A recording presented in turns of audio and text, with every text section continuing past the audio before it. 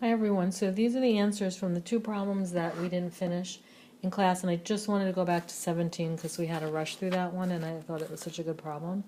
So we're looking for the minimum value of some function. So to find a min, we need to find the derivative and set it equal to 0. So we're going to do a product rule. So it's the first times the derivative of the second plus the second times the derivative of the first, which is just 1.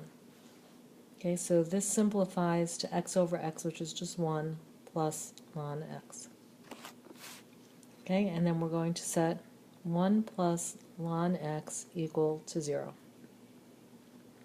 If you subtract 1 from both sides, you get ln x equals negative 1. Now, we're trying to just solve for x, and the way that you get rid of the ln is by using a base of e for both sides. So we're going to add a base of e for each side.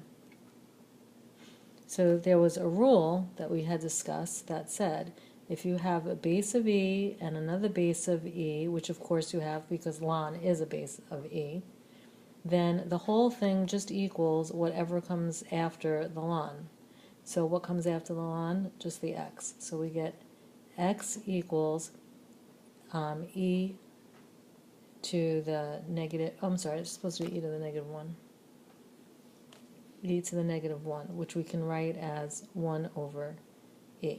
Okay, so that's where we have a critical point, and the question is asking what is the minimum value, meaning what is the y that goes with this when x equals 1 over e. So to find the y, we're just going to use the original function, which is right here, and we're going to do f of 1 over e. We get 1 over e times ln of 1 over e. So, of course, that's not a choice, but we can move things around. So we get 1 over e ln of e to the negative 1. Okay, I'm doing this because there's that power rule that says that that exponent can move in front of the logarithm. So I can write this as 1 over e times negative 1, I'm bringing it down, ln of e.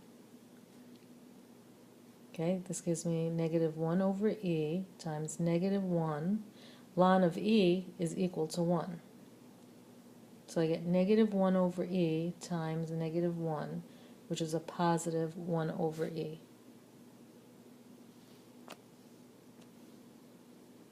Okay, wait, sorry. This is the equal sign, not a negative. Sorry about that. So it's a negative 1 over e, and that is choice C. Okay, so now we're going to move on to number 21. So the original function was this.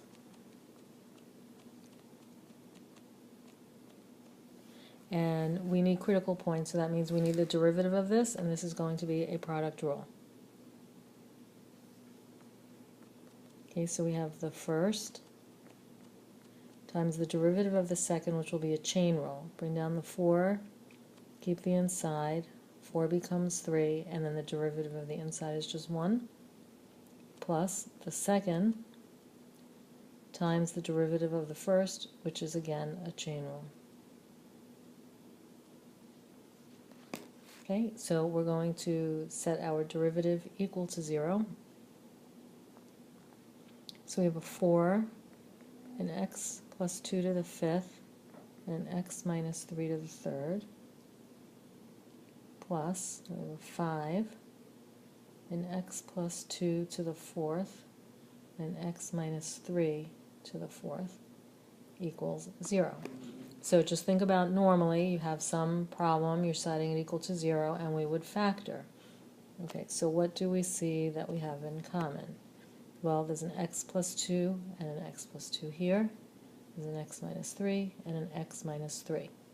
So we're going to factor out an x plus 2 to the 4th, and we're going to factor out an x minus 3 to the 3rd. Okay, so what do we have left? We have a 4, we have an x plus 2, and that's it for this piece right here. Okay, plus we have a 5, The x plus 2 to the 4th we already have out there, and we just have an x minus 3 equals 0.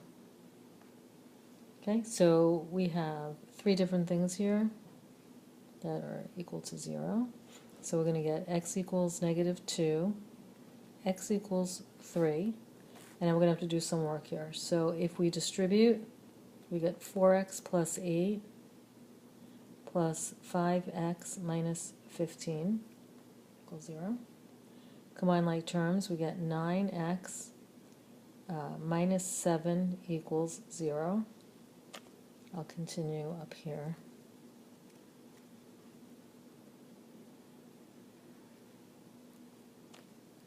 Okay, so 9x minus 7 equals 0.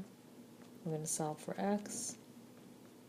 So x equals 7/9. So our critical points is this, this, and this. We don't even care exactly what they are, we just care how many there are. So that's 3 of them, and the answer is choice C. And finally, we have question 25, and we're looking for the absolute max for x cubed minus 3x squared plus 12, and we were given an interval from negative 2, 4. Okay, so remember, an absolute max can happen at the endpoint, so we definitely need to do y of negative 2, and we need to do y of 4. Or it could happen at a critical point. So let's find our critical points. Set it equal to 0. Factor out of 3x. And we get two solutions, x equals 0 and x equals 2. So we're going to have to do y of 0 and y of 2, because absolute maxes and mins can happen at the critical points or at an endpoint. Okay, so we're going to assume that we don't have a calculator.